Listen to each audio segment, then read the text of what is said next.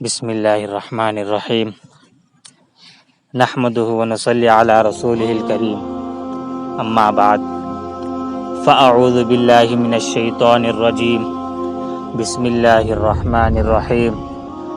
وانتم الاعلون ان کنتم مؤمنین صدق اللہ العظیم۔ محترم میرے دینی بھائیوں اور دوستوں، اللہ تعالیٰ نے تمام مخلوق میں انسان کو سب پر برتری و فضیلت عطا فرمائی، پھر ان میں سے زیادہ مکرم و معزز مسلمان، متقی، زاہد، عامل دین، مطیع رسول خدا صلی اللہ علیہ وسلم کو قرار دیا۔ چنانچہ فرمایا ان اکرمکم عند اللہ اتقاکم، اور جب مسلمان دین کا اور شریعت کا پابند ہو تو مزید اس کے لیے اس بات کی خبر سنائی کہ وَأَنْتُمُ الْأَعْلَوْنَ إِن كُنتُم مُؤْمِنِينَ، یعنی اگر تم ایمان کے نور کو اپنے دل میں بساؤ گے، رسول کے فرمان کو عمل میں لاؤ گے، شریعت کے قانون پر عمل پیرا رہو گے، گناہوں کے کاموں سے خود کو بچاؤ گے، تو خدا دنیا کو تمہارے قدموں تلے ڈال دے گا، حکومت و سلطنت تمہارے مقدر میں رکھ دے گا، حشمت و بادشاہت، عزت و فروحت، کامیابی و کامرانی، مال و دولت تمہارے قدم چومے گی۔ اسلاف نے خدا کے اس حکم پر عمل کیا تو وہ دنیا پر کئی دن نہیں، کئی مہینے نہیں، کئی برس نہیں، کئی سال نہیں، کئی صدیوں تک حکمراں رہے، جن کے نام سے دشمنان اسلام کانپ جاتے تھے، شیطان راہ چھوڑ جاتا تھا، دریا تابع ہو جاتے تھے، دہکتی آگ ٹھنڈی ہو جاتی تھی، تاریک و بھیانک جنگل راستہ دیتے تھے، جن کی ایک صدا سے وحشی و موذی جانور جنگل خالی کر گئے۔ حضرات، جن کو خدا کی خدائی پر کامل اعتقاد و بھروسہ تھا، اسی توکل کی بنا پر جنہوں نے دہکتی آگ میں چھلانگیں لگا دی، بہتے دریا میں گھوڑے ڈال دیے، تیز وطن ہواؤں کا مقابلہ کیا، بلند ستاروں پر کمنڈے ڈال دیے، سنگلاگ گھاٹیوں میں بے خوف و خطر نکل پڑے، پہاڑوں کی بلند چوٹیوں کو رون ڈالا،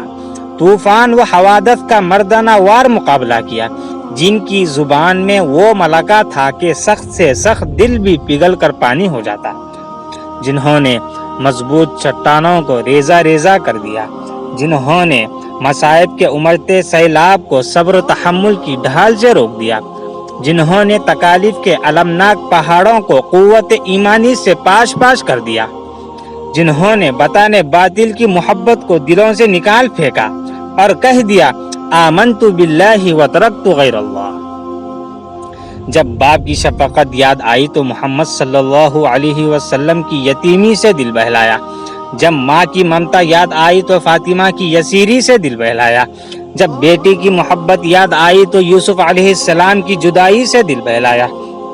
لیکن آج ہم ہے کہ ذلت و خواری سے دو چار ہو رہے ہیں، عدل و انصاف سے محروم کیے جا رہے ہیں، قائد مسلم ہونے کے باوجود سپاہیوں کی مار سے محفوظ نہیں ہے۔ اس کی وجہ صرف اور صرف یہی ہے کہ ہم نے اللہ کے اس فرمان یا ایھا الناس قوا انفسکم واہلیکم نارا کو بھلا دیا تو ولہم عذاب علیم کے مستحق ہوئے۔ جب ہم نے ان المتقین فی مقام امین کو بھلا دیا تو وللذین کفروا بربہم عذاب جہنم کے مستحق ہوئے۔ ہم نے کیا کیا نہیں بھلایا، ہم نے تو سارا قرآن مجید بھلا دیا، اسے پسے پشت ڈال دیا۔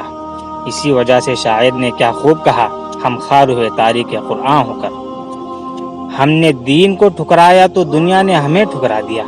احکام خداوندی سے غافل ہو گئے تو لوگ ہمارے حقوق سے غافل ہو گئے، شریعت کو پیروں تلے رون ڈالا، نبی صلی اللہ علیہ وسلم کی محنت و مشقت پر پانی پھیر دیا، اسلاف کے ارمانوں کا گلا گھونٹ لیا، خواہشات نفسانی کو پروان چڑھایا۔